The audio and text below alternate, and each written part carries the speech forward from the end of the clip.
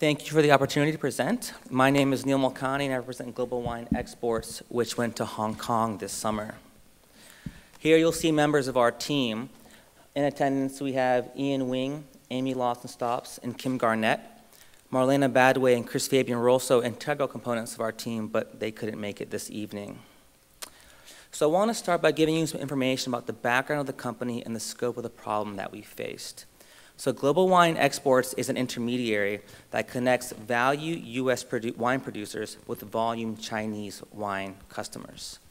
Their value proposition is really focused around a strong selection of value wines and a diverse opportunity of bringing wine to China. They're located in two areas. They're actually in the Washington, D.C. metro area in Alexandria, Virginia, and also in Shenzhen, China. So Shenzhen is located on the China-Hong Kong border, and Professor Dong actually took us there while we were visiting on site. It's really a strategic hub for Global Wine Exports to get their product over there. So the scope of the problem, what they asked us to do was to conduct a market assessment of e-commerce in China, develop a competitive market strategy, and formulate a marketing and growth plan. Now this came with a series of challenges. One of the challenges was regulatory concerns. This revolved around licenses, hygiene inspections for products coming in, and Chinese labels. Another concern was counterfeit wine.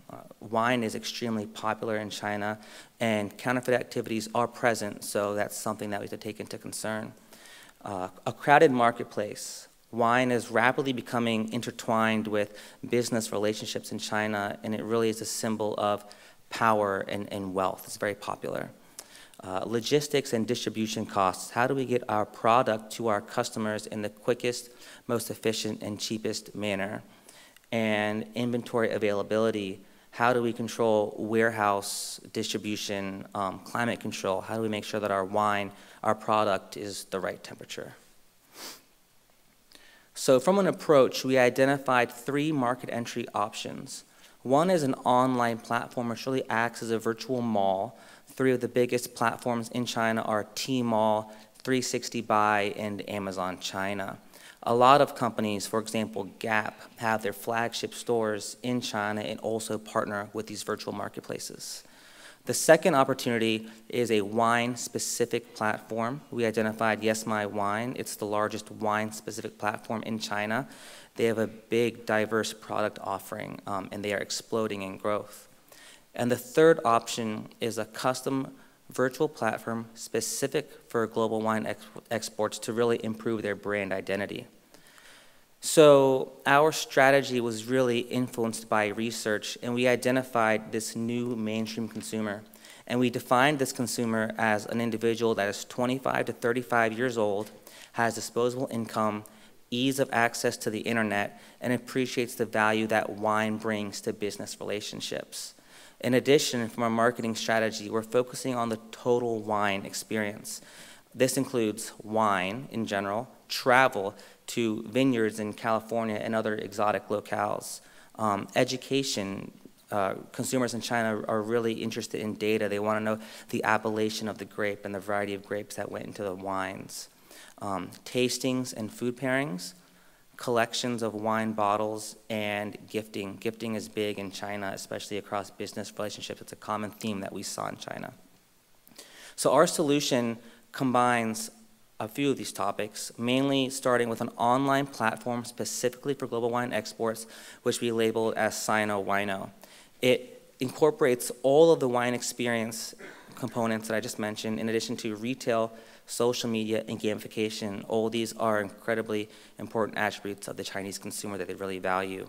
In addition, from a brand equity standpoint, in continuing to operate their Shenzhen store and really expanding that to help with our inventory needs, and doing pop-up tasting and wine events to help broaden their appeal and get their name out in China. Lastly, we wanted to partner with Tmall, which I previously mentioned. A lot of brands do that in China. They have their flagship stores, they have their own websites, and they also partner with these online marketplaces to take advantage of expanded internet presence, social presence, and distribution. So that really summarizes the Hong Kong project, and now Beth will come in and talk about the Peru project. Good evening. I have the pleasure of introducing you to the L'Oreal Peru project, and I'm joined here with my colleague Pedram Farsai, and unfortunately Matt, Kasha, and Rajiv were unable to join us. So fortunately, I think I have the easiest job. L'Oreal Peru is probably the best known project that any of us worked on, most known, well-known company. As many of you know, it's a French company, and we specifically work with the Peru division, which is just very unique to be working for a French company in Peru.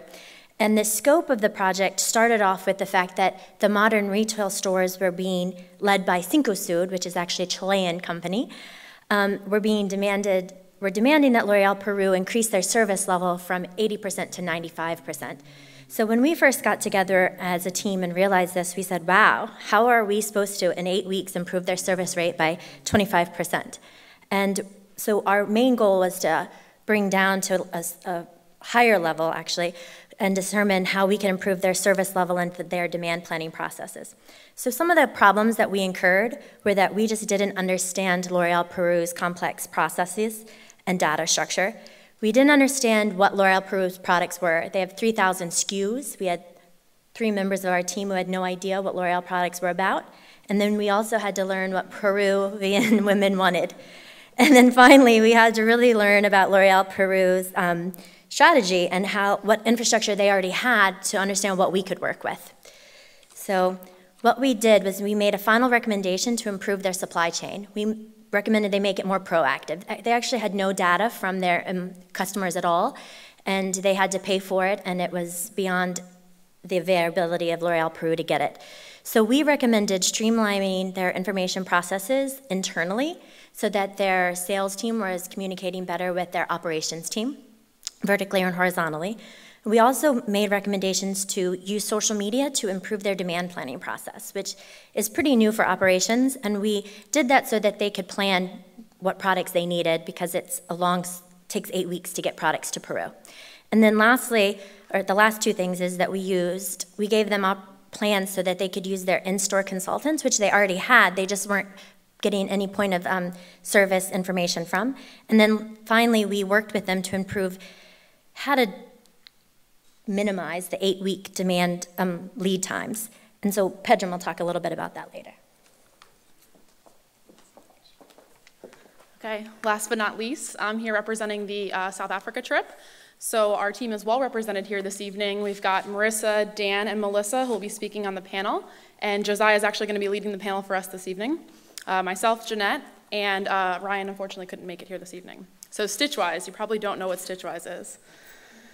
Stitchwise is a mining supply company that's located just outside of Johannesburg. It's actually co-located with 2 gold mines.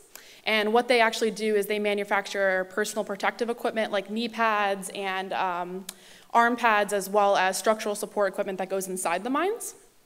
And they have been, since 1996, really focusing on a mission of empowerment and community building.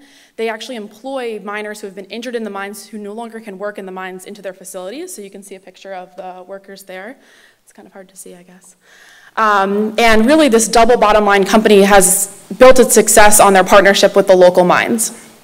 So looking to increase their customer base, Stitchwise came to the Georgetown team with an interesting problem. They had had some transactions with some Zambian copper mines and were a little bit uncomfortable with them. They were dealing with a third-party intermediary who was a little bit dubious and a little bit asking them questions that were a little bit unethical and kind of putting them in a tough spot. But they recognized that there was this market in Zambia, so the question was, how do they navigate the supply chain in Zambia, and how they identify what mines to really look at in Zambia. So with that, we were faced with Zambia. So not only did our team, but also Stitchwise really knew nothing about Zambia. So we kind of started from the top and really worked our way down when we did our research and our presentation for Stitchwise. So we started with kind of an overall Zambia overview and then really drilled down into what it's like doing business in Zambia, kind of government regulations and all of the different maybe tax incentives that they have in Zambia. And then looked furthermore into the copper industry specifically, what's the market there, what kinds of mines are located there, and then even further into the supply chain and trying to demystify, this middleman, as Stitchwise had referred to this person that they were working with, and try to help them navigate this. So with all of this research, we were able to build a final recommendation and strategy for Stitchwise, and our recommendation really was for them to replicate the empowerment model that they have existing in South Africa and just move it into Zambia. However, we didn't think that it was best for them to go all in, so we gave them a phased approach. The different phases are listed there, and each phase we had different benchmarks for them to kind of decide whether or evaluate whether or not they're ready to move to the next phase. These are like financial metrics as well as, confirming that they're still aligning with their strategic goals of their company. So I'm happy to say that Stitchwise is currently building their network, and they're actually using a lot of the resources and the people that we were able to identify for them to build that network. And we're looking forward to seeing them progress over the years. So with that, I'm going to hand it over to Josiah, who's going to start off our panel discussion. Hey there, everyone. I'm Josiah, and along with all my friends here, we'll all be graduating from MSB this year.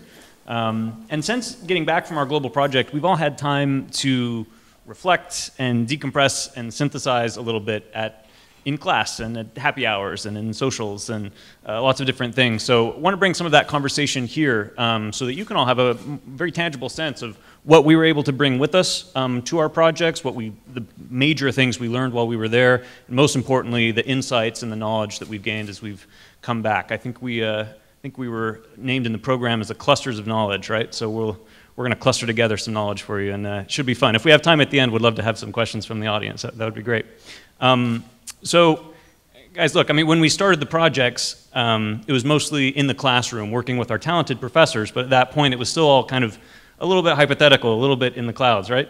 It's totally one thing to theorize about what recommendations we would give a company from the safety of the classroom, 4,000 something miles away, but it was a different thing entirely once we landed. Things got real very quickly. Dropped in, working with local business people, very hands-on, thrown out in the wild. In South Africa, very literally out in the wild. On the way out to one of our client visits, we saw giraffes on the roadside.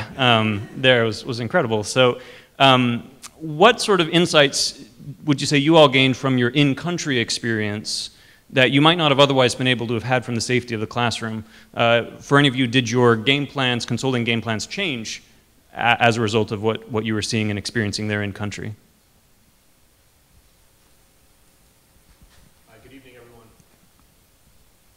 There are no giraffes in Hong Kong, so not quite as exciting. We had an opportunity to meet with the Hong Kong Trade and Development Council, which from whom we learned that you can actually use Hong Kong as a launching point for your business in Asia. So we were able to learn from them how to do that strategically with their pro-business culture, Western attitudes, and simple tax code. So it's very easy to do business in Hong Kong, and use that as a locus of your Asian business units.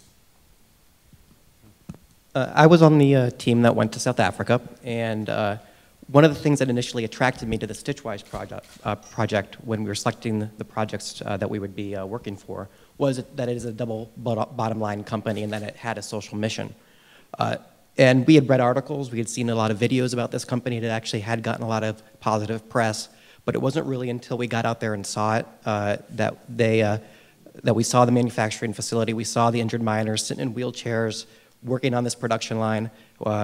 We actually went up and met some of them personally. One person with literally just a single arm was working on these lines, gluing some pieces together, and we shook his hand. And we had done a lot of preparation for this project. We had run a lot of numbers. We had done the financial side, but it wasn't until we really got down there and saw the actual impact that it had on people that we truly understood the impact that we could have by expanding their model to other places, such as Zambia. Yeah, I mean, it's totally one thing to talk about double bottom line as a feel-good, buzzy sort of phrase, but once you actually have that direct personal interaction with the people as we did, it takes on this amazing life. So, I mean, as soon as we all got back, we realized that one of the common denominators that our particular three teams faced was distribution challenges, right? I'm trying to think, correct me if I'm wrong, and most of our full-time jobs, which we have, we're all evening students here. I don't know if distribution is a huge focus for too many of us here anyway, right? So this was probably uncharted territory. This was new terrain for a lot of us to wrap our minds around these distribution challenges. So what did you learn, and in your consulting recommendations, how did you help these companies with their distribution woes? Well, When it came to L'Oreal, Peru, it was definitely, and like you said, Joyce, I work on the web all day long. So when it comes to distribution, something I definitely don't know about. But when we dug down into L'Oreal Peru's distribution, the more and more we looked at it, their lead times were just out of control, 2 months. And this is mainly because they don't have manufacturing in Peru. They have to import from the US, from France, from Mexico. And in those lead times include very tedious government paperwork, a month-long boat ride. In fact, we even suggested to them, maybe why not a plane ride? And they said, well, that's just way too expensive, and it's right around the same time. So when it comes down to distribution challenges, the lead times were probably the biggest factor there. And our suggestions really included to really try to minimize the non-value added activities in that. For example, the paperwork, which, you know, it was interesting to say that when we came in there and we looked at it from more of a 10,000-foot level, they always said that they thought about it, but they never really thought it was possible until someone else came in and said, hey, you know, that's actually not a bad idea. Sure. And to follow up on that a little bit, there are definitely some challenges associated with doing business in China when it comes to logistics and supply chain. Big challenges for our client with a perishable product like wine was finding a climate-controlled warehouse in China that could accommodate their product. So we made some pretty bold recommendations for our client in terms of transforming their company from a business-to-business model to a business-to-consumer. And incorporating all the necessary changes was a big challenge for us.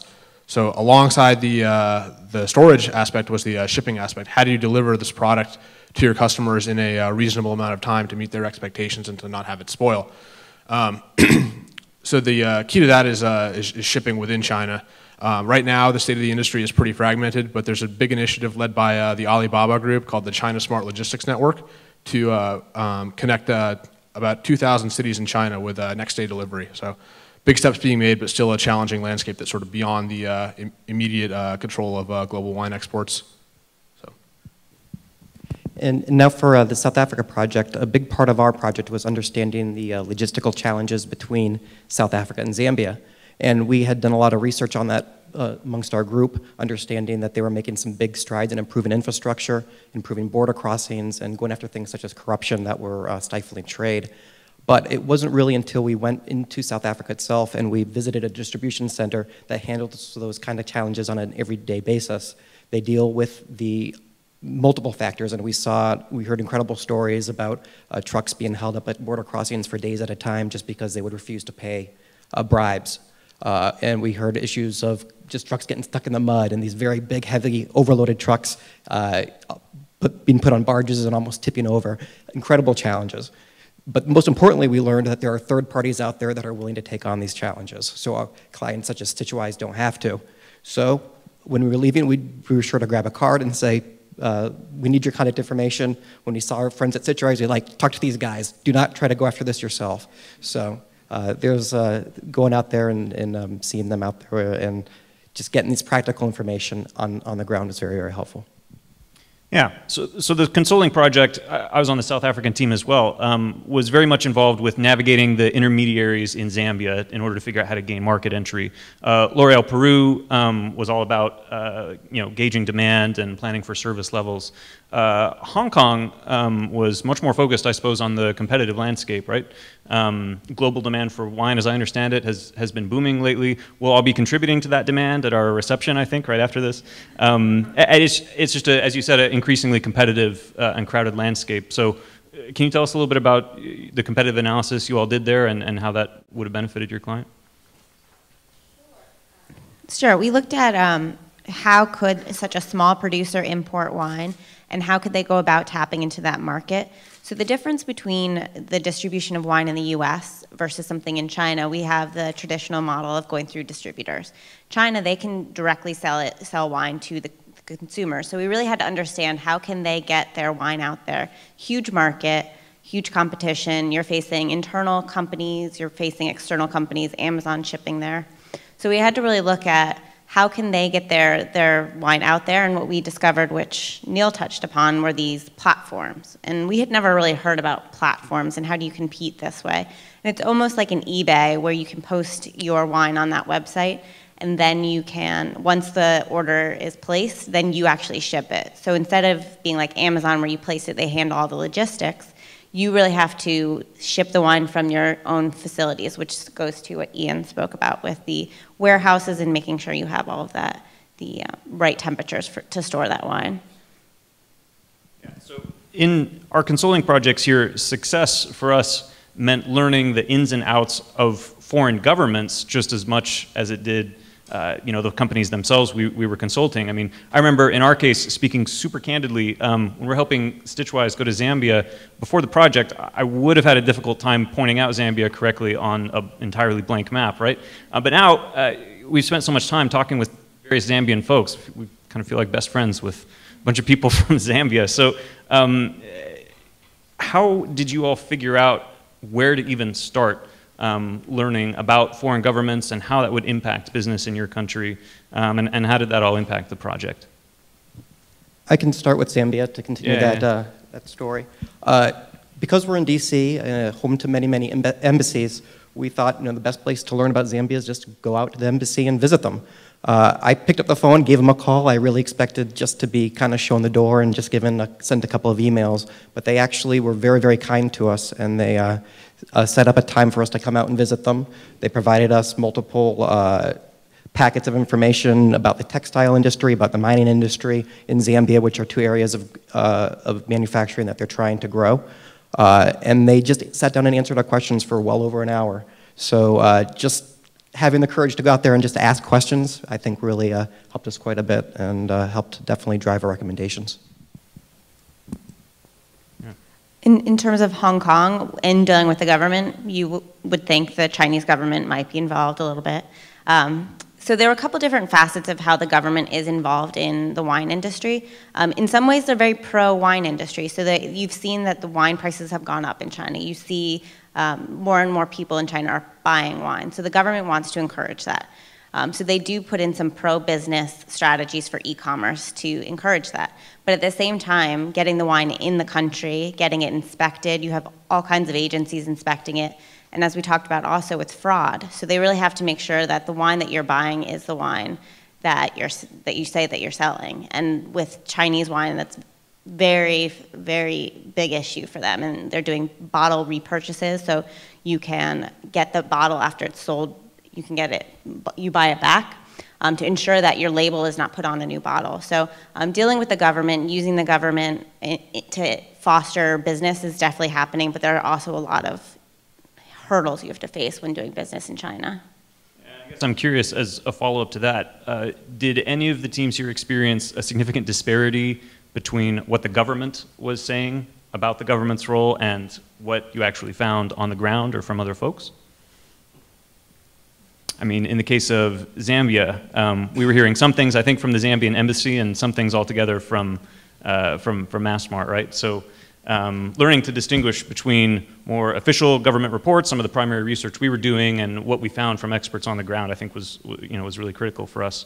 So I mean, we're joined here today by executives from various companies, lots of different sectors, Georgetown alumni who are out doing business, doing interesting things. A lot of it sounds like first-year MBA students who you'll all be going on your global projects here shortly. So if any of these folks were to go about doing business in your foreign country or expanding their current business maybe in your foreign country, what would you have as some of the key takeaways for them? What are the things that you would want for them to know and to reflect on?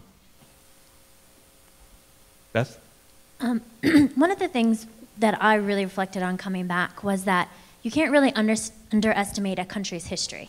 And with Peru, we think of it as a country similar to America, but our professors warned us that they had just recently come through some pretty significant economic times and that people were wary about what businesses they decided to take on. And so I put that in the back of my head and said, it's L'Oreal Peru, what could that possibly be? And so when we were spending time with the director of operations, he mentioned to us that he's probably within 10 years of our ages, or at least mine. I think I'm maybe the oldest person on the panel. And he said, they talked to us at length about how, 20 years ago, they remember not having food and having to go to a bread line and, wondering if they were going to have jobs when they graduated college. And then you sit there and talk to them about wanting to build a factory and dealing with their operations. You say, of course they want to build a factory. They have 8-week lead time and no demand data. But then later in the evening, they said to us, I want to do this because I want to ensure that Peruvians have jobs. And one of the ways to do that is to build a factory. So I think that I took away is don't underestimate what your job is and what the overall mission is, even for that individual there. It's not all about the bottom line. It may be about helping their country and people that they admire and consider family. Yeah, and I would probably echo some of what you said, Beth, not underestimating the importance of history, and even relatively recent history in the country. In South Africa, for most adults there, the majority for sure, apartheid was a very fresh memory. And a lot of the challenges, struggles we were dealing with came as a very direct result from that. A lot of the empowerment programs and things currently in place in South Africa, a direct result of that. So I mean, we talk about this flattening Earth and Friedman, all this stuff, but understanding the history and putting each country in context, we found extremely important. And to add on to this, for the Hong Kong experience, one of the things that I think is essential in doing business in Hong Kong that we took away was you need to understand what method your consumer desires to purchase their goods online. And we were seeking to sell the wine online to consumers. China, for example, has a very large problem with selling counterfeit goods overall. So consumers don't have a lot of faith in just an individual website. So we had to distinguish what was the best way to have consumers have faith in our product, that when they're purchasing our wine, they're purchasing the wine that they're meaning to purchase, and it's the quality that they're expecting it is. So that's, like we spoke about previously, that's where we came across the platforms. We found that 90% of all e-commerce in China is done on these platforms, for example, Tmall. So when you're going to be selling your goods in China, for example, you need to sell on one of these platforms. I think just building on that and picking up the issue of having to build credibility, our company Stitchwise also faced somewhat of an uphill battle looking to enter the Zambian copper mining supply chain. Now, the community of people who do procurement for a lot of these copper mines was a pretty small insular community, and they were sort of wary of outsiders because they'd had some previous sort of poor dealings with some of these middlemen people that I know Jeanette spoke about earlier. And so they didn't really know if they could trust this company from South Africa that was just, shooting them a prospective business email or just telling them to, hey, check out our website. So in our recommendation to Stitchwise, we really encouraged them to devote resources to being able to send some of their employees up to Zambia to meet with the people in this procurement community face-to-face, to start a relationship and to sort of build up that credibility. And that was really, I think, central to our recommendations for them. Yeah. So there's obviously a reason why this whole global consulting experience is near the end of our degree experience and not at the beginning, right? So what would you suggest are some of the things that help prepare you for the challenge here at home from McDonough School of Business specifically? What sort of tools did your professors equip you with that helped you rise to the occasion? Well, particularly for us, it was our operations class. Our initial problem, before we dug into the many problems L'Oréal Peru had with their supply chain, specifically dealt with service level. We had multiple classes in our operations class that dealt with service level. The many, many aspects of service level, the formulas behind it, understanding what safety stock is, understanding many different components of this formula that we then had to take the data that L'Oréal Peru gave us and backwork that formula so that we could actually at the end of the day say like, well, you actually have this part right. So we had to cover that base before we made any sort of recommendation, because if we didn't understand that, we could have given them an end result or given them a project and at the actual, given them a result and at the actual presentation have them come to us and say, we already have this, guys. So that was really important to be equipped with those tools to kind of see what the actual problem was before even considering anything else. As Pedro mentioned, the core curriculum really provided a foundation for us to really understand and approach our clients' biggest problems or goals in the end. As the Peru group mentioned, they focused on the operations framework and bettering client service levels. For Stitchwise in South Africa, we focused on strategy and used the PESTEL framework to approach lessons learned or how we can approach a go-to-market strategy in Zambia for us to understand and for our clients to understand what the critical success factors were in the mining supply companies. But to also complement our core curriculum, we, as students, full-time and evening program, we form clubs that focus on different industries. For example, we have the Emerging Markets Network focused on international business. And they run a quarterly series that focus on how to conduct business in certain countries. As the evening program liaison, I worked with them to conduct a how to do business in South Africa, where we looked for panelists focused on people that have lived and worked in South Africa. Students were able to attend the series and ask questions that dealt with real-world business transactions. So they were able to understand from their perspective the business norms, and it really helped us assimilate much more easily into the South African business culture. And from my perspective, what was most helpful for me, and I think for a lot of our teams, was just the way that the case method is used here at MSB. Immediately collaborating in groups and taking on new cases with new challenges. This is what we do every day. It's so integral to our coursework here. So when we're presented with a real life case, I think a lot of us sort of had some instinct to know what to do and really click together faster than we would have otherwise to hit the road running. Maybe just one or two more questions here. So what about on a more personal level? I mean, this global experience that we all did, this was so much more for us than just a consulting project, which some of us do for a living, I suppose. We were apart from our normal jobs for an entire week, apart from families and loved ones, learning about business through a completely different lens in a completely different country, right? So, I mean, how did this all impact some of you on a more personal level? Did this have any sort of impact on your own personal career path? Beth, I think you had an experience with an interview recently, right? Yes, actually, many of us are going through recruitment, and a couple weeks ago, I had an interview with a car company, and so I'm about to compare how I worked in my L'Oreal experience with a car company, so this should be fun. But basically, I was asked, what classes have you taken to improve the demand planning process or supply chain? And I said, immediately freaked out, and I said, oh my gosh, I haven't taken a class. But I said, you know what, I haven't taken a class, but have you ever heard of the global residency? And they said, no, I have no idea what you're talking about. And I said, well, I worked for L'Oreal Peru for 8 weeks, and I went and presented to them, so I worked on their supply chain management, and it was a real case, and it wasn't perfectly fitting in like an HBR, and you could just see their eyes, and they were like, wait a second, you haven't had this class, but you had real world experience, and I was like, yes.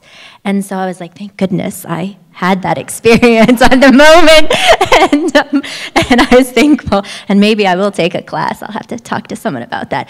But it saved the day, and it showed that I had real-world experience, not just in operations for my current job, but for supply chain management. I'll share a little bit about my experience as well. So doing a consulting project and developing a strategy for another firm was something that was completely different than my day job. And really this was an important experience for me that I really enjoyed, and it's really, I think, put me on a path towards doing this for a living maybe. So it's really galvanized my interest in strategy development and formulation, perhaps in a consulting or a corporate setting. Yeah, and from my own experience, at the end of our time with Stitchwise, we had a really lovely, really loud dinner with them, with all of our clients, and spent some good time talking with Natalie, the founder, CEO of Stitchwise. And as we discussed, I mean, she's been part of this project, this company of hers, for the better part of 2 decades or so. Our speaker just a little bit ago talked about the crazy ideas of young whippersnappers, I think it was, and how that can help fuel new sorts of economies. And that was so clearly what Stitchwise was at their heart and soul from the beginning. Have just so many sort of crazy ideas, and being able, for me, as the director of a for-profit social enterprise here in the district, it's tough some days. And being able to talk with Natalie, who's on the back end of her experience and is setting it off, really launching it into this whole new direction in Zambia and everywhere else, this was extremely validating. It gave me sort of the infusion of crazy, I guess, that I needed to bring back here to DC to really help inspire me to move forward with what I'm doing here. So it was hugely influential for me. I have one just sort of concluding question, if that's okay, and then we have a reception here that's next. So I mean, maybe we can hear just a few words from each of the three teams here. What was the singular biggest lesson you learned? What was the major takeaway that you would want for folks here to know about your experience? I'll keep this answer short because I know we all want to go drink. But right. in particular, in particular, you know, when approaching a problem, and even for the first-year MBAs that are here, don't be afraid to look at it from a 10,000-foot level. And the reason why I say that is a lot of times your clients, or in general, parallelist to anything, you're really, really focused on data. Sometimes the data has been reviewed 1,000,000 times. For example, for L'Oreal Peru, we got tons of sales data. We got tons of transaction data. We got all this data, and we had no idea what to do with it because we weren't getting, we were not getting customer data from the retailer. So after about 3 weeks of almost banging our heads against the wall, we kind of just, all of us stepped back and we looked at it and we thought, well, how do we suggest to L'Oreal Peru to think a little bit more outside of the box and to really become more self-reliant on their own data collection mechanisms? And that led to our end result of kind of, you know, decreasing non-value activities in the supply chain, using social media, using their own resources to gather more point-of-sale data. A takeaway that we had as well from Hong Kong, and that is, this is always important, no matter where your business is, but really get to know your customer. And this is especially important when you're going into a foreign country.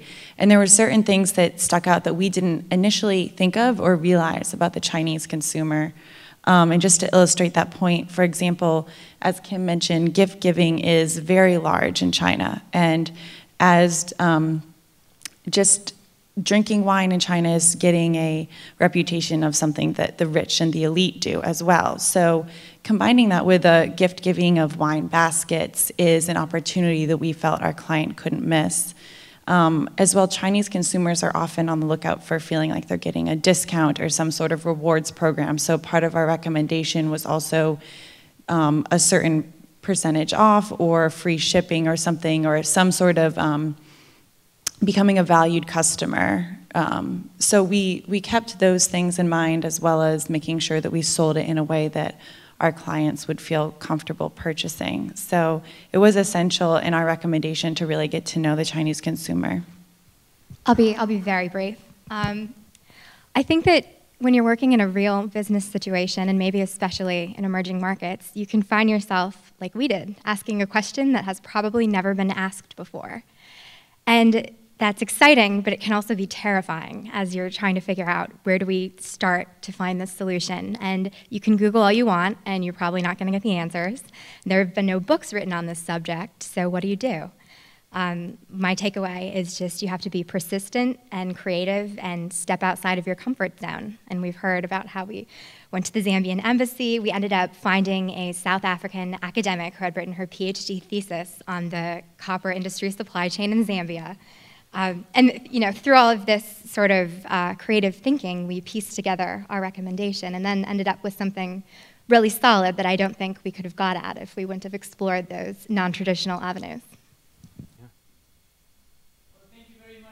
The idea of this was for you to see what to me is always fascinating, that not many people know that our students, I mean, what we do at the McDonough School of Business is actually train our managers to be capable of solving global problems. I mean, think about it. These are specific experiences that happen at 3 different destinations that many people that you know have never been to.